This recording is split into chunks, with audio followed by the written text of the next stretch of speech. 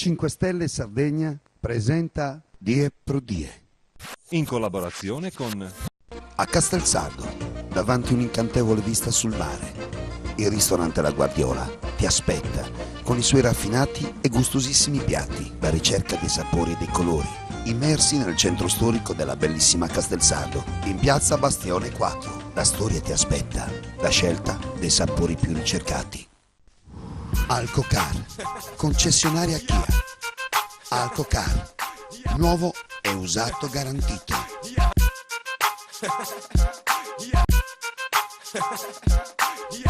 Alcocar, Regione Giagamanna, fronte motorizzazione. Nick Moore, originale come sempre, torna in libreria con il suo nuovo romanzo. Nick Moore, il suo nuovo romanzo. Alphabet, in tutte le librerie.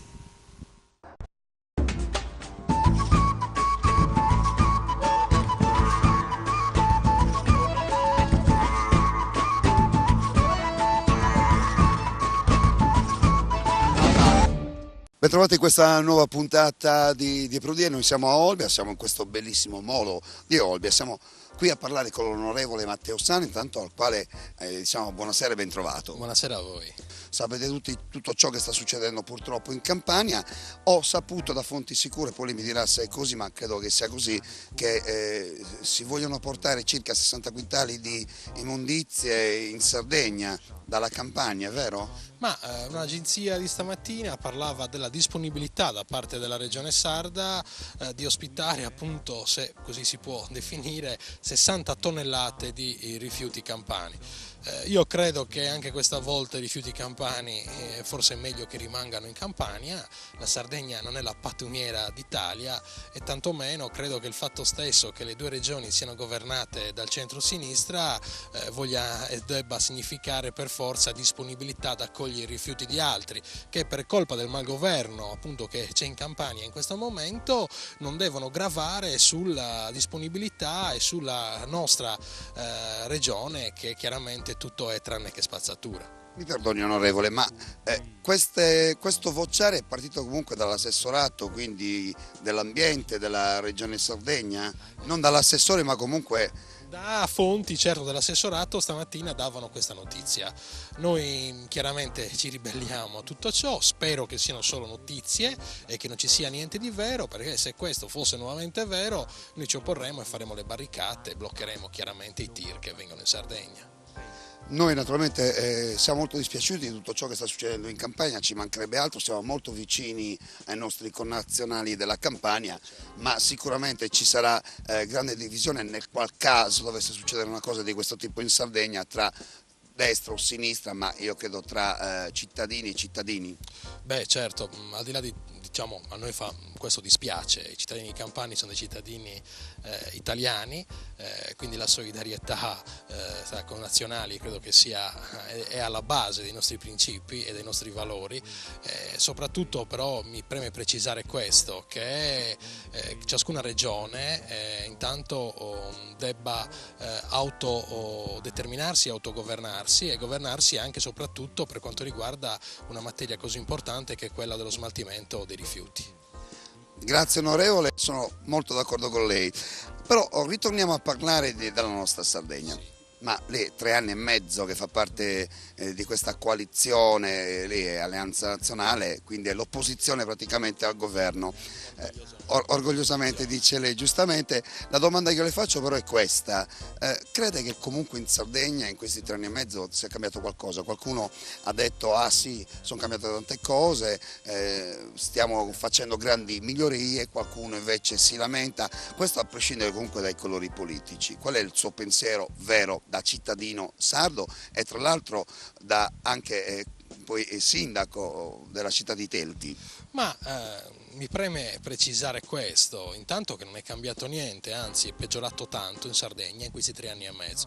Non lo dico io sono un uomo di parte, sono un oppositore a questo governo regionale e chiaramente però i dati che emergono attraverso appunto autorevoli anche enti e istituzioni e anche degli stessi sindacati che notoriamente non stanno certamente dalla mia parte, dalla nostra parte, dicono che la Sardegna Sardegna è più povera, dicono che in Sardegna ci sono più disoccupati, dicono che l'agricoltura è in crisi, dicono che l'industria è praticamente sparita, dicono che il turismo ha subito un danno soprattutto d'immagine per colpa delle scellerate scelte fatte da chi ci governa, dal governatore, che non è solo ma è avallato dal centro-sinistra, da tutti i partiti appunto che l'hanno sostenuto votando leggi salvacoste prima, con la cosiddetta legge blocca sviluppo, così come noi l'abbiamo ribattezzata, e soprattutto votando provvedimenti e leggi e leggine che hanno imbavagliato e hanno strozzato l'economia della Sardegna.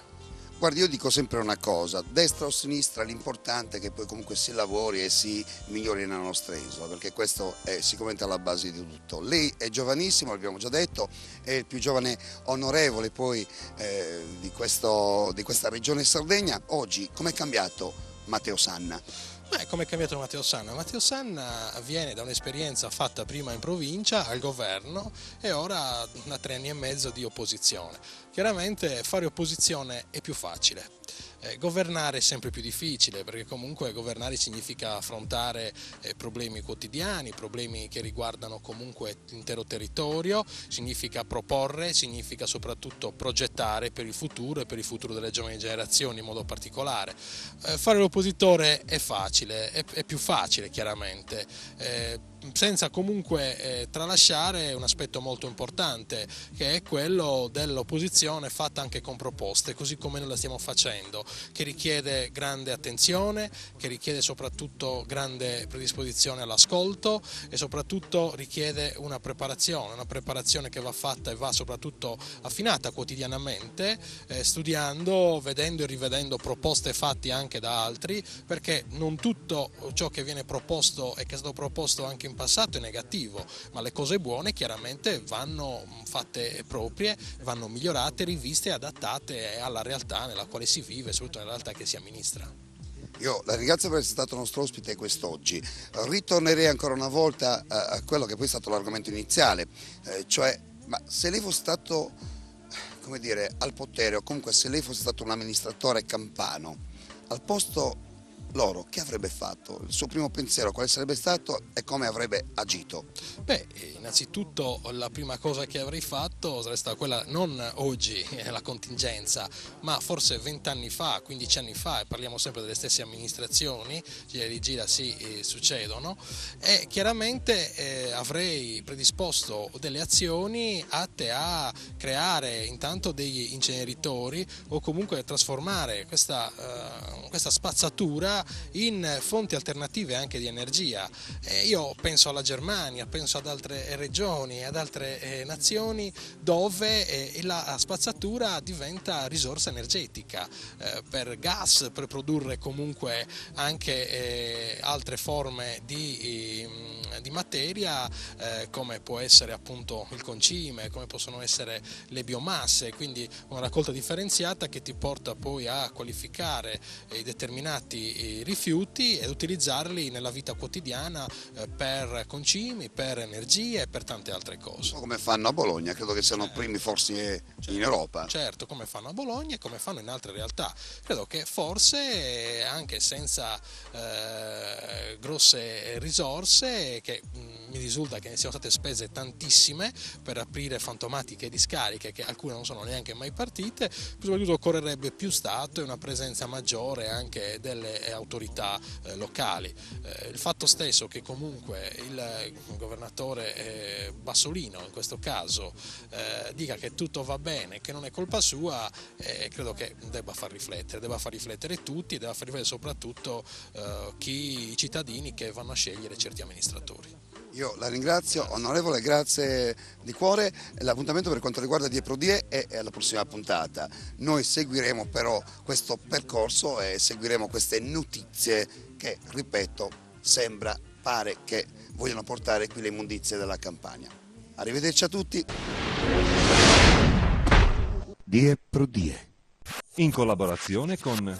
Un minuto, resta un minuto per poterti dire, li sprecherai per mentirti mai come